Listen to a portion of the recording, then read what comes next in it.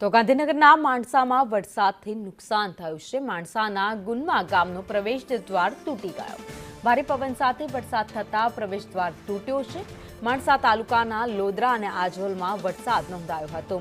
કુવાદરા સહિતના વિસ્તારોમાં વરસાદ ધોધમાર વરસ્યો।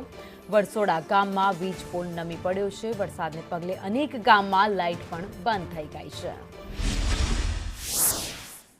તો આ દ્રશ્યો તમે જોઈ રહ્યા છો। ભારે વરસાદ બાદ આટલા વરસાદમાં તારાજીના દ્રશ્યો જોવા મળ્યા છે। કેટલાક ગામમાં ગાંધીનગરના ગ્રામ્ય વિસ્તારોમાં ગુન્મા ગામનો પ્રવેશ દ્વાર છે જે તૂટી ગયો છે।